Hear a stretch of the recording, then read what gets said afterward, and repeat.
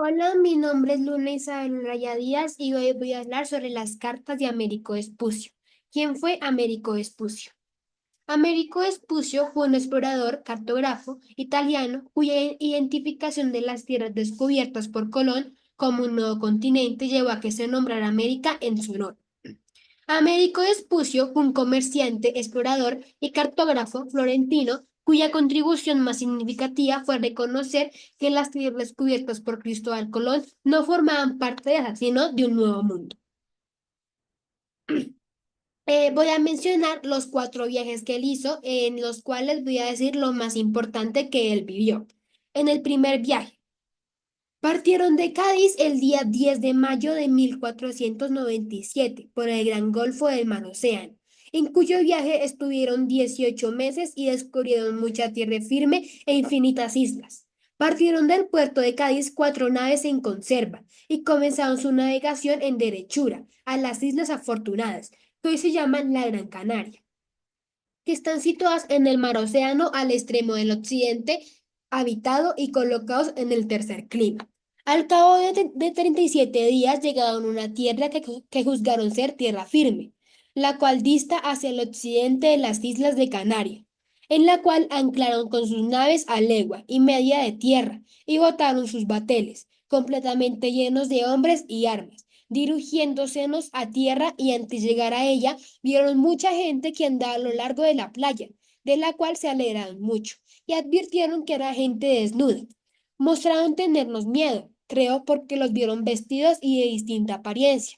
Se recogieron todos en un monte, y pese a cuantas señales les hicieron de paz y amistad, no quisieron venir a conversar con ellos.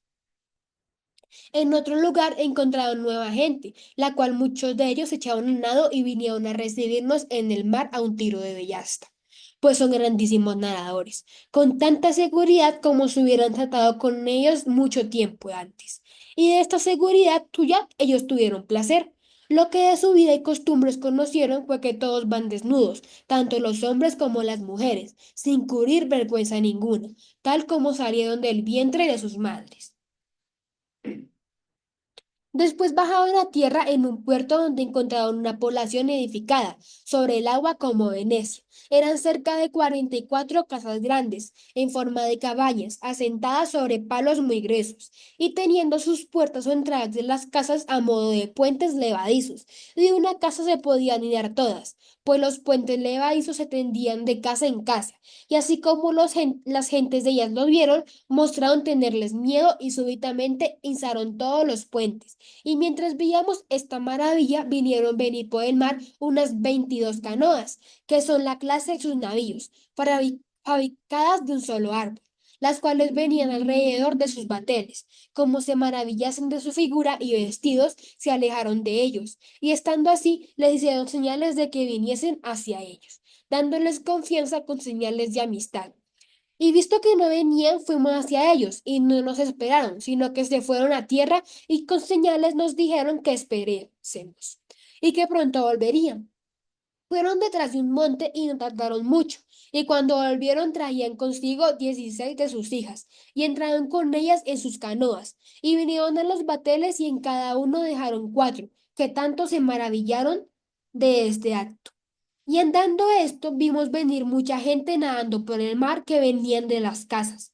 Y como si viniesen acercándose a nosotros sin malicia alguna, en esto se asomaron a las puertas de las casas algunas mujeres viejas dando grandísimos gritos y mesándose los cabellos en señal de tristeza, lo que les hizo sospechar y recurrieron cada uno a las armas.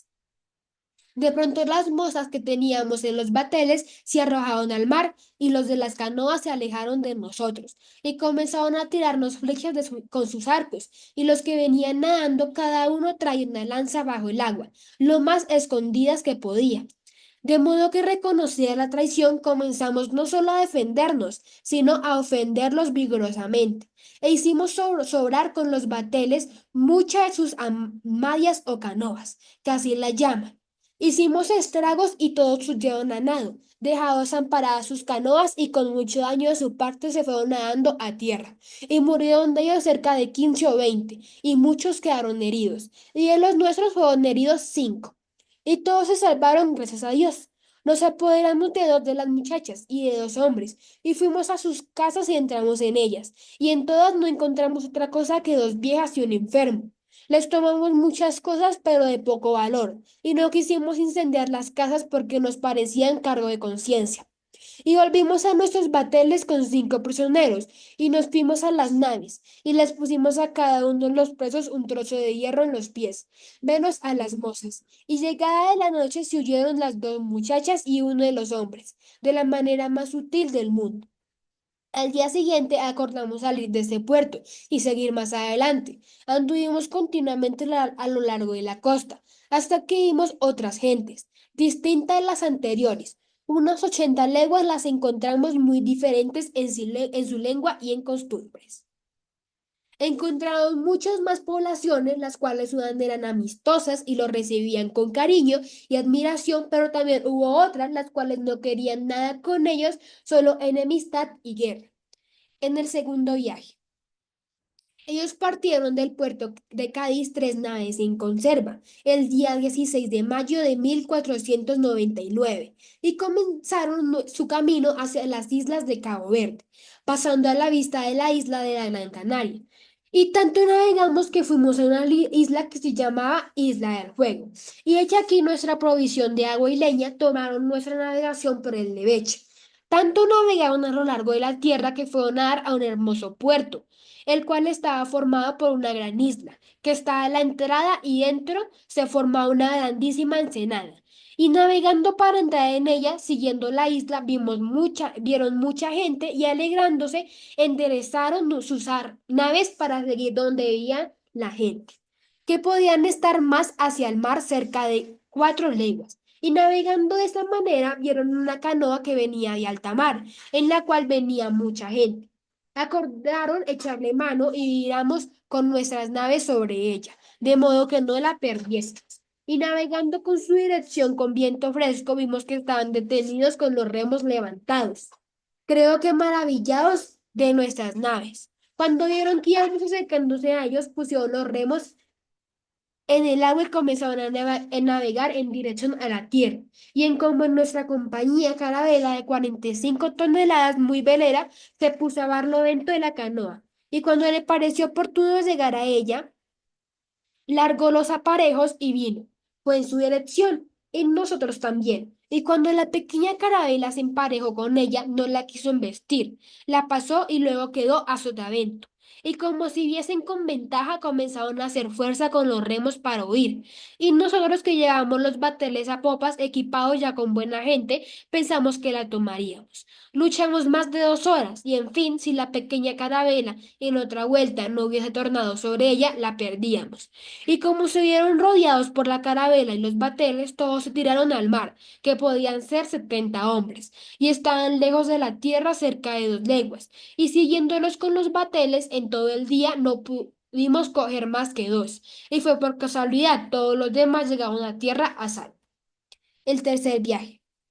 Partieron de este puerto de Lisboa 3 naves en conserva, a 10 días de mayo de 1501, tomando nuestro derroteo derecho hacia la isla de la Gran Canaria. Partieron de este puerto de Utopía y navegaron por el Leveche tomando una cuarta del mediodía, de manera que en 67 días llegaban a una tierra que estaba del dicho puerto a 700 leguas hacia el Leveche. Y en aquellos 67 días tuvieron el peor tiempo que jamás tuviese navegante alguno del mar, por los muchos aguaceros, turbonadas y tormentas que se desataron. Y estando en tierra vimos unas gentes en la cumbre de un monte que nos estaban mirando y no se atrevían a descender. Estaban desnudas y eran del mismo color y aparecían de las anteriores de los otros viajes. Y aunque estuvimos tratando de que vinieran a hablar con nosotros, jamás pudimos atraerlos, que no se fiaban de nosotros. Y vista su obstinación, que ya era tarde, volvimos a las naves, dejándolas en tierra a su alcance, muchos cascabeles, espejos y otras cosas. Y cuando nos alejamos en el mar, bajaron del monte y vinieron por las cosas que les habíamos dejado, de las cuales se admiraban mucho. Y por este día no nos proveníamos sino de agua. A la mañana siguiente vimos desde las naves que las gentes de la tierra hacían muchas y pensando que nos llamaban fuimos a la tierra, donde encontramos que había venido gran multitud. Y todavía estaban lejos de nosotros, y nos hacían señales de que fuésemos con ellas tierras adentro. Después, dos de nuestros cristianos fueron a pedir al capitán que diese su licencia, pues deseaban arriesgarse a ir con ellos, tierra adentro para ver qué gentes eran, si tenían alguna riqueza o especiera o droguería. Tanto suplicaron que el capitán estuvo conforme y se prepararon con muchos objetos de rescate, separándose de nosotros con orden de que no tardasen más de 5 días en regresar porque eso los esperaríamos. Y tomaron su camino por tierra y nosotros hacia las naves a esperarlos. Casi todos los días venía gentes a la playa, pero nunca nos quisieron hablar. El séptimo día fuimos a tierra y encontramos que habían traído con ellos a sus mujeres. Y así como saltamos a tierra, los hombres de la tierra mandaban a muchas de sus mujeres a hablar con nosotros. Y viendo que no tenían confianza, acordamos mandarle a uno de nuestros hombres, que era joven, muy esforzado. Y nosotros para ampararlo entramos en los bateles. Y él se fue hacia las mujeres. Cuando llegó junto a ellas, le hicieron un gran círculo alrededor, y tocándolo y mirándolo se maravillaba. Y estando en esto vimos venir una mujer del monte que traía un gran palo en la mano. Y cuando llegó donde estaba nuestro cristiano, se le acercó por detrás y alzó el garrote. Le dio tan gran golpe que lo tendió muerto en la tierra. En un instante las otras mujeres lo cogieron por los pies y lo arrastraron así hacia el monte. Los hombres corrieron hacia la playa con sus arcos y sus flechas a aceptarnos, e infundieron tanto miedo en la gente nuestra que estaba en tierra surta con los bateles sobre las anclas que ninguno acertaba a tomar las armas. Sin embargo, les dispararon 4 tiros de borbada que no acertaban, salvo que, oído el estampido, todos huyeron hacia el monte, donde ya estaban las mujeres despedazando al cristiano, y en un gran juego que habían hecho lo estaban asando a nuestra vista, mostrándose muchos pedazos y comiéndoselos. Los hombres nos hacían señales con sus gestos de cómo habían muerto a los otros dos cristianos, y se los habían comido lo que nos pesó mucho, viendo con nuestros ojos la crueldad que tenía para con el muerto. Entonces ellos querían vengarse, pero el capitán no lo permitió. Cuarto viaje. Partieron a 10 días de mayo de 1503 y fueron derecho a la isla del Cabo Verde, donde carenamos nuestras naves y nos abastecimos nuevamente. Estando allí 13 días, de aquí partimos a nuestro viaje, navegando con el viento siroco. Y como nuestro capitán mayor fuese hombre presuntuoso y muy tosudo, quiso ir a reconocer la Sierra Leona, tierra de Topía, Austral, sin tener ninguna necesidad, sino por hacer ver que era capitán de 6 naves, contra la voluntad de todos nosotros, los otros capitanes. Encontramos que era una isla en el medio del mar y era cosa muy excelente, verdaderamente maravilla de la naturaleza, porque no tenía más que 2 leguas de largo y 1 de ancho.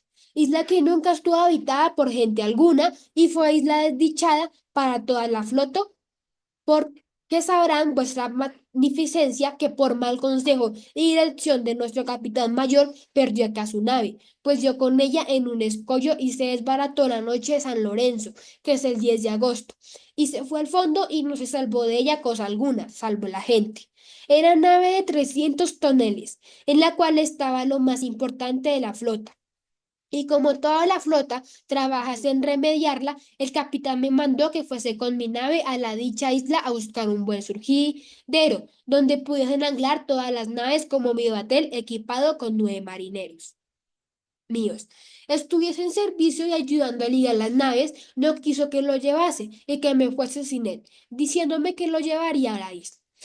Me separé de la flota como me mandó para la isla sin bater, y con menos de la mitad de mis marineros fui a la dicha isla, distante cerca de 4 leguas, en la cual encontré un puerto buenísimo, donde muy seguramente podrían surgir que estábamos muy disgustados y la gente que me quedaba en la nave estaba con tanto miedo que no la podían consolar. Estando así, al octavo día vimos venir una nave por el mar, y de miedo que no nos viese salimos con nuestra nave y fuimos hacia ella, pensando que me traía mi batel y gente. Y cuando emparejamos con ella, después de habernos saludado, nos dijeron que la capitanía se había ido al fondo y que la gente se había salvado, y que mi batel y gente quedaban con la flota, la cual se había ido por aquel mar delante. lo que nos causó tan gran tormento. Estos fueron los 4 viajes de Américo Vespucio, en el cual en cada uno narré las cosas más importantes que marcaron a él. Gracias por su atención.